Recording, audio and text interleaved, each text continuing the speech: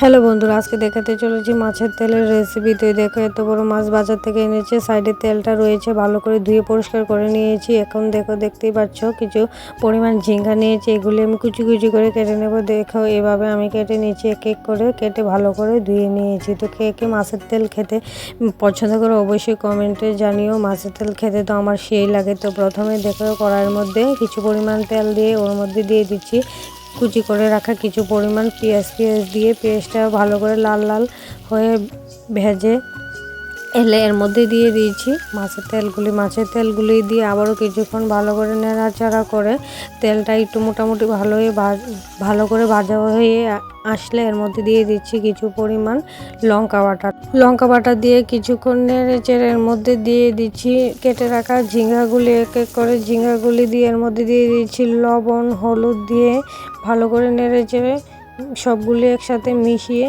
কিছুক্ষণ জাল করে নেব। তো এর মধ্যে দিয়ে দিচ্ছি কিছুটা আবার চেরা কাঁচা লঙ্কা দিয়ে দিয়েছি। তো ভালো করে মিশিয়ে কিছুক্ষণ জাল করে নেব। আর ঝিঙ্গার থেকে প্রচণ্ড জল উঠে, তোমরা দেখতেই পাবে। তো নাড়াচাড়া কিছুক্ষণ হয়ে যাওয়ার পর এরপরে দিয়ে দিলাম কিছু পরিমাণ জিরা ধনের গুঁড়ো। তো আমার সব উপকরণ দেওয়া কমপ্লিট। তো এখন শুধু জল শুকিয়ে এলে নামিয়ে নেব।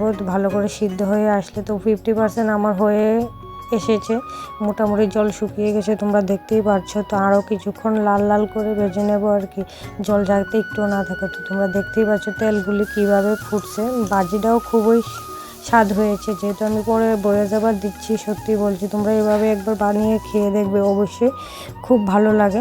আর কে কে মাছের তেল খেতে পছন্দ করো অবশ্যই কমেন্টে জানিও।